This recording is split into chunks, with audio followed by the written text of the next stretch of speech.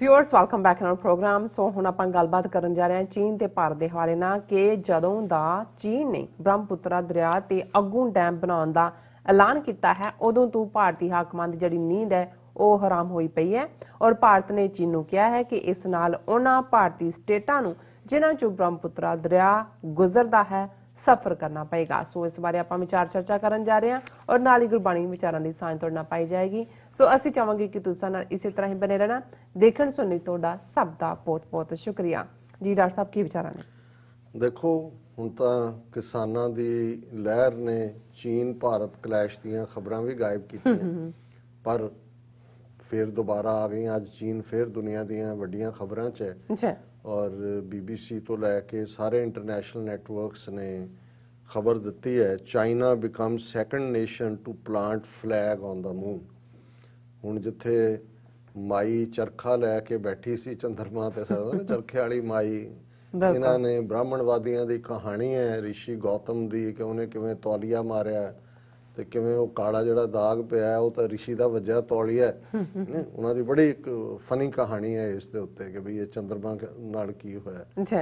पर चीन ने जाके झंडा गड्ढिया और अमरीका तो बाद चीन दूसरा वड्डा मुल्क बनया और ये वड्डी खबर है क्योंकि उन्हां दा जिहड़ा मिशन गया उन्होंने उस थां ते जाके उत्थों रॉक सॉयल भी इकट्ठियां कीतियां और ये अज तो 50 साल पहला अमरीका ने जदों अपने ਜਿਹੜੇ ਬੰਦੇ ਭੇਜੇ ਮੂਨ ਤੇ ਬੇਸ਼ੱਕ ਨੀਲ ਆਰਮਸਟਰੋਂਗ ਨੇ ਪਹਿਲੀ ਵਾਰੀ ਕਦਮ ਰੱਖਿਆ ਸੀ ਉਹਦੀ ਮੂਨ ਦੀ ਧਰਤੀ ਤੇ, ਲੇਕਿਨ ਜਿਹੜਾ ਉਹਨਾਂ ਦੇ ਫਲੈਗ ਨੇ 6 ਫਲੈਗ ਅਮਰੀਕਾ ਦੇ ਫਿਰ ਸਕਸੈਸਿਵ ਜਿਹੜੇ ਉਹਨਾਂ ਦੇ ਮਿਸ਼ਨ ਸੀ ਔਰ ਇਹ ਜਿਹੜੇ ਹੈ ਫਸਟ ਸਭ ਪਹਿਲਾ ਫਲੈਗ ਜਿਹੜਾ ਹੈ ਅਮਰੀਕਾ ਨੇ ਦੇ ਅਪੋਲੋ 11 ਨੇ 1969 ਦੇ ਵਿੱਚ ਜਿਹੜਾ ਉਹ ਚੀਨ ਦੇ ਉੱਤੇ ਲਾਇਆ ਸੀ ਤੇ ਫਿਰ 5 ਹੋਰ ਝੰਡੇ ਜਿਹੜੇ ਨੇ ਲਿਊਨਰ ਸਰਫੇਸ ਤੇ 1972 तक लगते रहे और उहदे चों आंदा भी सिर्फ एक झंडा जिहड़ा वो डिग्गिया बाकी 5 क्योंकि जिहड़ा उत्थे मून च बेशक हवावां नहीं चलदियां लेकिन उत्थों दा टैंपरेचर जां दूजे दे नाल उहनां दा रंग चिट्टा हो गया। हुण बेशक अमरीका दा झंडा सितारे ते दूजे जिहड़े रंग ने पर वो चिट्टे ने और ये इन्ना फर्क है। और हुण जिहड़ा चाइना ने अपने मिशन बारे ये कहा कि भी असी उवें ही एक्साइटमेंट और इंस्पीरेशन महसूस करते हैं जिवें US अपोलो मिशनस वेड़े सी और ये जड़ा फैब्रिक का बनया होया झंडा है वो चीन दे चैंग्स 5 लैंडर व्हीकल ने जड़ा उस ते जाके गड्ढिया और उन्होंने नाल ही नाल उत्थों चाइना दियां ल्यूनर ऑर्बिटर 15 किलोमीटर के एरिए च ल्यूनर सरफेस च घूमिया उत्थों उन्होंने जड़ी है वो कलैक्ट भी किए जो सैंपल ने और ये जड़ा झंडा है ये 2 मीटर चौड़ा है 90 सेंटीमीटर लंबा है तो ये 1 किलो के लगभग इसका भार है और ये जड़े ने उन्होंने इस ढंग नाल झंडे नूं बनाया गया कि कोल्ड टैंपरेचर दे विच उन्होंने ये प्रोजैक्ट जिहड़ा उन्होंने नुकसान ना करे और जे आम झंडे जिहड़े असीं इत्थे हुंदे जे इदां दा लाया जाए तो उत्थे सर्वाइव नहीं कर सकते। सो वो स्पैशली उन्होंने डिज़ाइन किया कि दर्शक स्क्रीन ते पिक्चर्स देख सकते हैं और मैं समझदा है भी चीन ने ये साबित कर दिता है कि भी वो सिर्फ धरती दे उत्ते ही इकनॉमिकली जां मिलिटैरली सैकंड नहीं है अमरीका तो बाद ज़ाहिर है कि भी नंबर 2 ते वो है स्पेस जाके और चंद्रमा दे उत्ते जां अज अमरीका का झंडा झूलदा है 50 तारियां वाला ते जां चीन दा। हुण गल करिए भी जिन्हां ने चंद्रमा दे उत्ते गौ मूत्र दे कंटेनर भेजने ने क्योंकि हुण उत्थे भी तो शुद्धि तो करनी है ना जदों जे इन्हां दा भी गया पहला काम तो ये होएगा फिर राजनाथ जिवें राफेल लैंड दे लई गंढा हरी मिर्च निंबू वो लैके फिर वो भी जाणगे। लेकिन असीं कुछ दिन पहला जिक्र किया सी कि चीन ने किवें भारत नूं घेरिया उन्हां दा डिफेंस मिनिस्टर नेपाल आया फिर पाकिस्तान गया पाकिस्तान दे नाल एग्रीमेंट साइन कीते और भारत नूं कहा भी अपने तुसीं भेजो जिहड़े किहड़े चौल हुंदे ने मैं उहदा भी लफ्ज़ कीता सी पर साडे एक पाकिस्तानी वीर ने कहा भी हाँ उन्होंने कहा गतावा चौल ने।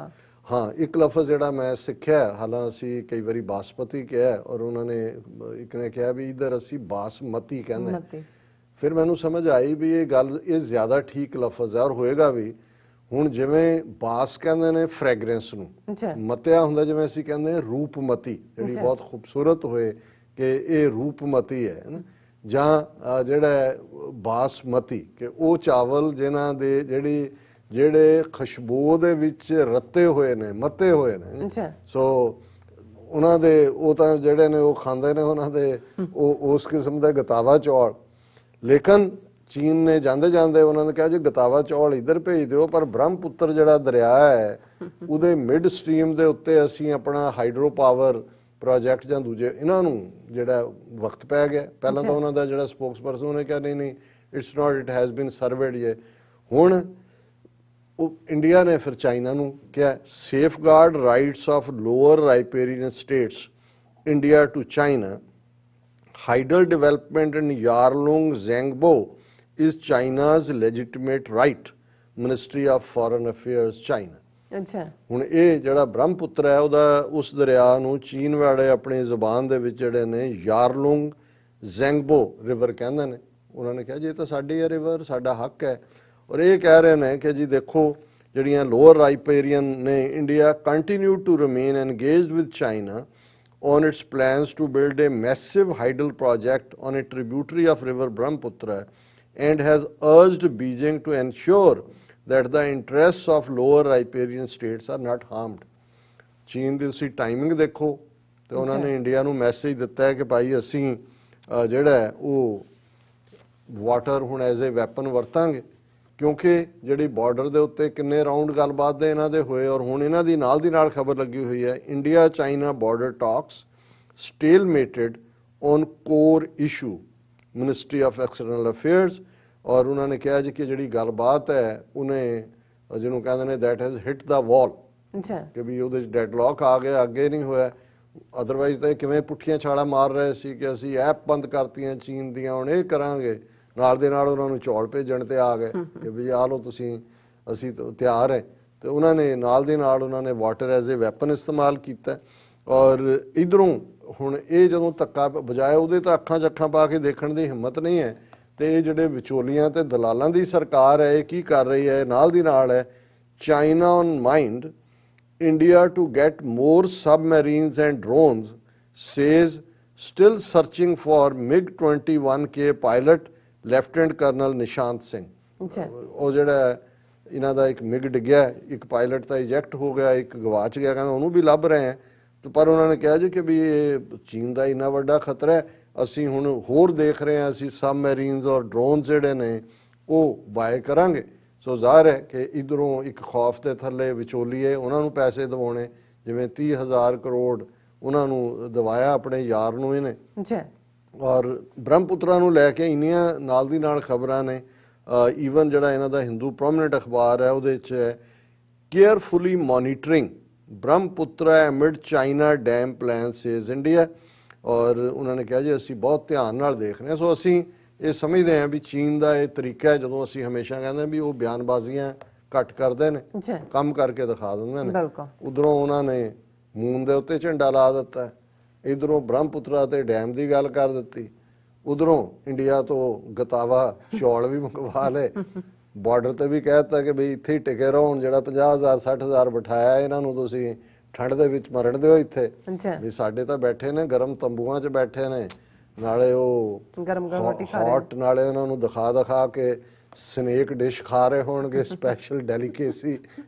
ਉਹਨੂੰ ਕਹਿਣਗੇ ਵੀ ਨਾਲ ਆਵਾਜ਼ ਵੀ ਮਾਰ ਲਏ ਹੋਣੇ ਵੀ ਕਮ ਔਨ, ਉਹ ਕਹਿੰਦੇ ਹੋਣੇ ਵੀ ਇਹ ਉਹ ਦੇਖ ਕੇ ਵੀ ਜਿਹੜੇ ਖਾਂਦੇ ਹੀ ਸਨੇਕ ਨੇ ਨਹੀਂ, ਇਹਨਾਂ ਨਾਲ ਅਸੀਂ ਕੀ ਟੱਕਰ ਲੈਣੀ ਹੈ। ਔਰ ਇਹ ਉਹ ਸੈਕੰਡ ਵਰਲਡ ਵਾਰ ਵੇਲੇ ਦਾ ਇੱਕ ਹੈ ਕਿ ਵੀ ਜਾਪਾਨ ਜਿਹੜੇ ਜਰਮਨ ਸੀ ਉਹ ਉੱਪਰ ਸੀ ਤੇ ਸਿੱਖ ਰੈਜੀਮੈਂਟ ਬ੍ਰਿਟਿਸ਼ ਪਾਰਟ ਸੀ। ਤੇ ਹੁਣ ਸਵੇਰੇ ਉੱਠ ਕੇ ਨਿਕਲੇ ਦਾਤਣਾ ਕਰਨ ਦੇ ਆਦੀ ਬਰਸ਼, ਤਾਂ ਉਹਨੇ ਇੱਕ ਦਰਖਤ ਦਾ ਕੱਟਿਆ ਤੇ ਉਹ ਚੱਬ ਰਹੇ ਨੇ, ਤੇ ਕਹਿੰਦਾ ਵੀ ਉਹ ਦੂਰੋਂ ਦੇਖ ਕੇ ਜਾਗ ਰਹੇ ਨੇ, ਕਹਿੰਦਾ ਵੀ ਫੌਜੀ ਜਿਹੜੇ ਲੱਕੜਾਂ ਚੱਬ ਜਾਂਦੇ ਨੇ ਸਾਨੂੰ ਵੀ ਚੱਬ ਜਾਣਗੇ। ਸੋ ਐਨੀਵੇ ਹੁਣ ਅਸੀਂ ਕੱਲ ਵੀ ਮਿਸ ਕੀਤਾ ਸੀ ਭਗਤ ਕਬੀਰ ਜੀ ਦੇ 2 ਸ਼ਲੋਕ ਅਸੀਂ ਵਿਚਾਰਾਂਗੇ। ਕਬੀਰ ਜੇਤੇ ਪਾਪ ਕੀਏ ਰਾਖੇ ਤਲੈ ਦੁਰਾਏ, ਪ੍ਰਗਟ ਭੈ ਨਿਦਾਨ ਸਭ ਜਬ ਪੁੱਛੇ ਧਰਮ ਰਾਏ। ਅਕਾਊਂਟੇਬਿਲਿਟੀ। ਹੁਣ ਗੱਲ ਧਰਮਰਾਜ ਦੀ ਹੋਏ ਡੇ ਆਫ ਜਜਮੈਂਟ ਦੀ ਹੋਏ, ਕਿਆਮਤ ਦੀ ਹੋਏ, ਜਾਂ ਲੇਖਾ ਰੱਬ ਮੰਗੇਸੀਆ ਬੈਠਾ ਕੱਢ ਬਹੀ। ਗੱਲ ਇਹ ਹੈ ਵੀ ਜੋ ਅਸੀਂ ਕਰਦੇ ਹਾਂ, ਔਰ ਇਹ ਇੱਕ ਸਿੰਪਲ ਕੁਦਰਤ ਦਾ ਕਾਨੂੰਨ ਹੈ ਕਿ ਜਿਹਾ ਬੀਜੈ ਸੋ ਲੁਣੈ, ਕਰਮਾ ਸੰਦੜਾ ਖੇਤ। ਔਰ ਬਾਬਾ ਫਰੀਦਗੰਜ ਸ਼ੱਕਰ ਫਰਮਾਉਂਦੇ ਨੇ ਕਿ ਫਰੀਦਾ ਲੋੜੈ ਦਾਖ ਬਿਜੌਰੀਆਂ, ਕਿੱਕਰ ਬੀਜੇ ਜੱਟ, ਹੰਡੈ ਉਨ ਕਤਾਏ ਦਾ, ਪੈਦਾ ਲੋੜੈ ਪੱਟ। ਕਿ ਭਾਈ ਜੇ ਤੁਸੀਂ ਕਿੱਕਰ ਬੀਜਿਆ ਤੇ ਫਿਰ ਤੁਸੀਂ ਬਿਜੌੜ ਦੀਆਂ ਦਾਖਾਂ ਨਹੀਂ ਲੈ ਸਕਦੇ। ਜੇ ਤੁਸੀਂ ਉਨ ਕੱਤੀ ਹੈ ਤੇ ਫਿਰ ਤੁਸੀਂ ਰੇਸ਼ਮ ਦੀ ਤਵੱਕੋ ਨਹੀਂ ਕਰ ਸਕਦੇ। ਔਰ ਇਹੀ ਕਬੀਰ ਸਾਹਿਬ ਫਰਮਾਉਂਦੇ ਨੇ ਕਿ ਭਾਈ ਜਿੰਨੇ ਮਰਜ਼ੀ ਤੁਸੀਂ ਜਿਹੜੇ ਪਾਪ ਕੀਤੇ ਨੇ, ਨੈਗੇਟਿਵਿਟੀਜ਼ ਕੀਤੀਆਂ, ਉਹਨਾਂ ਨੂੰ ਜਿੰਨਾ ਮਰਜ਼ੀ ਲੁਕਾ ਕੇ ਰੱਖੋ। ਦੁਨੀਆ ਤੋਂ ਤੁਸੀਂ ਬਚ ਕੇ ਚੋਰੀ, ਚਕਾਰੀ, ਬਦਫੈਲੀ, ਬਦਕਾਰੀ, ਜੋ ਵੀ ਮਾੜੇ ਕੰਮ ਕੀਤੇ ਹੋਏ ਨੇ, ਤੁਹਾਨੂੰ ਲੱਗਦਾ ਵੀ ਤੁਹਾਡੇ ਜਿਹੜਾ ਸਿਨ ਹੈ ਜ਼ਾਹਰ ਨਹੀਂ ਹੋਇਆ। ਕਬੀਰ ਜੇਤੇ ਪਾਪ ਕੀਏ ਰਾਖੇ ਤਲੇ ਦੁਰਾਏ। ਦੁਰਾਏ ਹੁੰਦਾ ਲੁਕਾ ਕੇ ਰੱਖਣਾ। ਪਰ ਰੱਬ ਦੀ ਦਰਗਾਹ ਦੇ ਵਿੱਚ ਜਾਂ ਰੱਬ ਦੇ ਸਾਹਮਣੇ ਸਾਡੇ ਇਸ ਲਾਈਫ ਦੇ ਵਿੱਚ ਵੀ ਉਹ ਲੁਕਦੇ ਥੋੜੀ ਨੇ। ਉਹ ਤਾਂ ਤੁਹਾਡੇ ਨਾਲ ਦੀ ਨਾਲ ਰਜਿਸਟਰ ਹੁੰਦੇ ਨੇ। ਹੁਣ ਤਾਂ ਇਹ ਹੁੰਦਾ ਹੈ ਕਿ ਭਾਈ ਉਹਦਾ ਇਮੇਜ ਹੀ ਤੁਹਾਡੀ ਮੈਮਰੀ ਜਿਹੜੀ ਹੈ, ਕਈ ਜ਼ਮਾਨੇ 'ਚ ਹੁੰਦਾ ਸੀ ਜੀ ਇਹ ਕਿੰਨੀ ਕੁ ਬਈ 'ਚ ਕੀ ਲਿਖਦੇ ਨੇ। ਹੁਣ ਜਦੋਂ ਇਹ ਚਿਪ ਆ ਗਈਆਂ ਕਿ ਜੀ ਇਹ ਇੰਨੀ ਗੀਗਾਬਾਈਟ ਹੈ ਇਹਦੇ 'ਚ, ਉਹਨੂੰ ਲੱਗਾ ਕਿ ਵੀ ਜੇ ਇਹਦੇ 'ਚ ਹੈ ਤੇ ਵਾਕਈ ਜਿਹੜੇ ਮਾਈਂਡ ਨੇ ਬਣਾਈਆਂ ਇਹ ਗੀਗਾਬਾਈਟ ਵਾਲੀਆਂ ਚਿਪਸ, ਉਹਦੇ 'ਚ ਕੀ ਨਹੀਂ ਜਿਹੜਾ ਸਟੋਰ ਹੁੰਦਾ। ਉਹਨਾਂ ਨੇ ਕਿਹਾ ਕਿ ਪ੍ਰਗਟ ਪੈ ਨਿਦਾਨ ਸਭ, ਅਲਟੀਮੇਟਲੀ ਨਿਦਾਨ ਹੁੰਦਾ ਅਖੀਰ 'ਚ ਇਹ ਸਭ ਜ਼ਾਹਰ ਹੋ ਜਾਣੇ ਨੇ ਰੱਬ ਦੇ ਸਾਹਮਣੇ ਅਕਾਊਂਟੇਬਿਲਟੀ 'ਚ। ਔਰ ਦੂਸਰਾ ਜਿਹੜਾ ਕਬੀਰ ਸਾਹਿਬ ਦਾ ਸ਼ਲੋਕ ਹੈ, ਕਬੀਰ ਹਰ ਕਾ ਸਿਮਰਨ ਛੱਡ ਕੇ ਪਾਲਿਓ ਬਹੁਤ ਕੁਟੰਬ, ਧੰਦਾ ਕਰਤਾ ਰਹਿ ਗਿਆ ਭਾਈ ਰਿਹਾ ਨਾ ਬੰਦ। ਹੁਣ ਬੰਦ ਹੈ ਬੰਧੂ, ਰਿਸ਼ਤੇਦਾਰ, ਪਿਆਰਾ, ਭਰਾ। ਉਹਨਾਂ ਨੇ ਕਿਹਾ ਕਿ ਵੀ ਇਹ ਅਸੀਂ ਜਦੋਂ ਇਸ ਦੁਨੀਆ 'ਚ ਰਹਿੰਦੇ ਹਾਂ, ਬਹੁਤ ਸਾਰੇ ਉੱਤੇ ਉਹਨਾਂ ਨੇ ਪਾਪ ਦਾ ਜ਼ਿਕਰ ਕੀਤਾ ਹੈ, ਸਿਨ ਦੀ ਗੱਲ ਕੀਤੀ ਹੈ। ਪਾਪ ਦਾ ਆਪੋਜ਼ਿਟ ਸਵਾਬ ਹੁੰਦਾ ਹੈ, ਪੁੰਨ ਦਾ ਕੰਮ। ਪਾਪ ਪੁੰਨ, ਜਦੋਂ ਤੁਸੀਂ ਚੰਗਾ ਕੰਮ ਕਰਦੇ ਹੋ ਉਹ ਪੁੰਨ ਹੈ, ਮਾੜਾ ਕਰਦੇ ਹੋ ਜਿਹੜਾ ਉਹ ਪਾਪ ਹੈ। ਹੁਣ ਕਬੀਰ ਸਾਹਿਬ ਕਹਿੰਦੇ ਨੇ ਕਿ ਭਾਈ ਤੂੰ ਆਪਣਾ ਕੁਟੰਬ, ਟੱਬਰ ਨੂੰ ਕਹਿੰਦੇ ਨੇ, ਟੱਬਰ ਇਮੀਡੀਏਟ ਫੈਮਿਲੀ ਹੈ, ਐਕਸਟੈਂਡਡ ਫੈਮਿਲੀ ਹੈ, ਕਬੀਲਾ ਹੈ। ਕੁਟੰਬ ਦੇ ਵਿੱਚ ਸਾਰਾ ਟ੍ਰਾਈਬ ਵੀ ਆ ਜਾਂਦਾ ਕਿ ਵੀ ਜਿਹੜਾ ਆਪਣਾ ਵੱਡਾ ਟੱਬਰ ਪਾਲਣ ਦੇ ਲਈ ਜਿਹੜਾ ਤੂੰ ਉਹ ਸਾਰੇ ਉੱਪਰਲੇ ਕੰਮ ਪਾਪ ਕੀਤੇ, ਇੱਕ ਨਹੀਂ ਕੀਤੀ ਜਿਹੜੀ ਚੰਗੀ ਗੱਲ ਕਰਨ ਵਾਲੀ ਸੀ। ਕਬੀਰ ਹਰ ਕਾ ਸਿਮਰਨ, ਰੱਬ ਦੀ ਯਾਦ ਛੱਡ ਦਿੱਤੀ, ਬਾਕੀ ਸਾਰੇ ਕੁਕਰਮ ਕੀਤੇ। ਧੰਦਾ ਕਰਤਾ ਰਹਿ ਗਿਆ ਭਾਈ ਰਿਹਾ ਨਾ ਬੰਦ। ਜਿਨ੍ਹਾਂ ਦੇ ਲਈ ਇਹ ਸਾਰਾ ਕੁਝ ਤੂੰ ਕਰਦਾ ਸੀ, ਨਾ ਤਾਂ ਉਹਨਾਂ ਨੇ ਤੇਰੇ ਨਾਲ ਖਲੋਣਾ। ਜਦੋਂ ਲੇਖਾ ਰੱਬ ਮੰਗੇਸੀ ਹੈ, ਉੱਥੇ ਕਿਸੇ ਨੇ ਤਾਂ ਨਾਲ ਸਾਥ ਨਹੀਂ ਦੇਣਾ। ਜੋ ਹੈ ਕੱਲੋ ਕੱਲਾ ਆਇਆ ਬੰਦਾ, ਇਵੇਂ ਹੀ ਜਾਣਾ, ਨਾਂਗੇ ਆਏ ਨਾਂਗੇ ਜਾਣਾ। ਤੇ ਹਿਸਾਬ ਕਿਤਾਬ ਵੀ ਜਿਹੜਾ ਉਹ ਆਪੋ ਆਪਣਾ ਦੇਣਾ। ਔਰ ਇਸ ਨੂੰ ਹੀ ਕਬੀਰ ਸਾਹਿਬ ਕਹਿੰਦੇ ਨੇ ਧੰਦਾ ਕਰਤਾ ਰਹਿ ਗਿਆ ਕਿ ਭਾਈ ਆਹੀ ਜਿਹੜਾ ਧੰਦੇ ਟੱਬਰ ਪਾਲਣ ਦਾ ਔਰ ਦੂਸਰਿਆਂ ਦੇ ਲਈ ਝੂਠ ਬੋਲ ਕੇ, ਔਰ ਉਸ ਕਿਸਮ ਦਾ ਜਿਹੜਾ ਇੱਕ ਹੈ ਸ਼ਬਦ ਕਿ ਭਾਈ ਬਹੁ ਪਰਪੰਚ ਕਰ ਪਰ ਤਨ ਲਿਆਵੇ, ਸੁਤ ਦਾਰਾ ਪੈ ਆਨ ਲੁਟਾਵੇ। ਕਿ ਬਹੁਤ ਪਰਪੰਚ ਕਰਦਾ ਤੂੰ, ਜਾ ਕੇ ਬਗਾਨਾ ਧਨ ਲਿਆਂਦਾ। ਸੁਤ ਕਹਿੰਦੇ ਨੇ ਪੁੱਤਰ ਧੀ ਨੂੰ, ਦਾਰਾ ਕਹਿੰਦੇ ਨੇ ਪਤਨੀ ਨੂੰ, ਔਰਤ ਨੂੰ। ਕਿ ਵੀ ਪਰਪੰਚ ਕਰਕੇ ਲਿਆਂਦਾ ਤੇ ਇਸ ਲਈ ਕਿ ਮੈਂ ਸੁਤ ਦਾਰਾ, ਮੇਰੀ ਟੱਬਰ ਮੇਰਾ ਉਹਨਾਂ ਦੇ ਕੋਲ ਗੱਡੀ ਵੀ ਹੋਏ, ਸਾਰੇ ਬਲੈਕ ਮਨੀ ਝੂਠੀ। ਔਰ ਅਸੀਂ ਬਹੁਤ ਸਾਰੇ ਆਪਣੇ ਆਪ ਨੂੰ ਧਰਮੀ ਕਹਿਣ ਵਾਲੇ ਲੋਕ ਵੀ ਬਾਹਰਲੇ ਕਰਮਕਾਂਡ ਤਾਂ ਕਰਦੇ ਹਾਂ ਬਹੁਤ ਸਾਰੇ, ਲੇਕਿਨ ਸਾਡਾ ਜਿਹੜਾ ਰਿਜ਼ਕੇ ਹਲਾਲ ਹੈ ਉਹ ਨਹੀਂ ਹੈ, ਜਿਹਨੂੰ ਅਸੀਂ ਹੱਕ ਹਲਾਲ ਦੀ ਕਮਾਈ ਕਹਿੰਦੇ ਹਾਂ। ਜਿਸ ਨੂੰ ਗੁਰੂ ਸਾਹਿਬ ਨੇ ਫਰਮਾਇਆ ਸੀ, ਗੁਰੂ ਨਾਨਕ ਸਾਹਿਬ ਨੇ, ਕਿ ਭਾਈ ਇਮਾਨਦਾਰੀ ਦੇ ਨਾਲ ਜਿਹੜੀ ਕੀਤੀ ਹੋਈ ਕਮਾਈ ਹੈ ਉਸ ਚੋਂ ਹੀ ਰੱਬ ਦਾ ਰਸਤਾ ਨਜ਼ਰ ਆਉਂਦਾ ਹੈ। ਅਦਰਵਾਈਜ਼ ਜਿਹੜਾ ਬਾਕੀ ਹੈ ਉਹ ਤਾਂ ਪਰਪੰਚ ਹੈ, ਉਹ ਤਾਂ ਕਰਮਕਾਂਡ ਹੈ। ਇਹ ਅੱਜ ਦਾ ਵਿਚਾਰ ਜੀ। ਡਾਕਟਰ ਸਾਹਿਬ ਤੁਹਾਡਾ ਬਹੁਤ ਬਹੁਤ ਸ਼ੁਕਰੀਆ, ਤੁਸੀਂ ਅੱਜ ਦੇ ਅਹਿਮ ਇਸ਼ੂ ਤੇ ਅੱਜ ਦਾ ਵਿਚਾਰ ਸਾਡੇ ਦਰਸ਼ਕਾਂ ਨਾਲ ਸਾਂਝਾ ਕੀਤਾ। ਸੋ ਅਸੀਂ ਆਪਣੀ ਵੀਰਸ ਕੋਲ ਨੇ ਇਜਾਜ਼ਤ। ਵਿਊਅਰਸ, ਸਾਡੇ ਪ੍ਰੋਗਰਾਮ ਦਾ ਸਮਾਂ ਇੱਥੇ ਸਮਾਪਤ ਹੁੰਦਾ। ਤੁਸੀਂ ਆਪਣੀ ਰਾਏ ਤੇ ਸੁਝਾਅ ਸਾਨੂੰ ਭੇਜਣਾ ਭੁੱਲਣਾ ਸਾਡੇ ਇਸ ਪਤੇ ਤੇ sos@tv84.tv ਤੇ ਅਸੀਂ ਆਪਣਾ ਪ੍ਰੋਗਰਾਮ ਲੈ ਕੇ ਫਿਰ ਦੁਬਾਰਾ ਤੁਹਾਡੇ ਸਾਹਮਣੇ ਹੋਵਾਂਗੇ। ਤਦ ਤੱਕ ਲਈ ਮੈਨੂੰ ਤੇ ਆਪਣੀ ਰਸ ਨਾਲ ਗਿਆ ਦੋ। ਦੇਖਦੇ ਰਹੋ TV84। ਬੁਲਾ ਦਿਓ ਫਤਿਹ। ਵਾਹਿਗੁਰੂ ਜੀ ਕਾ ਖਾਲਸਾ, ਵਾਹਿਗੁਰੂ ਜੀ ਕੀ ਫਤਿਹ। ਰੱਬ ਰਾਖਾ।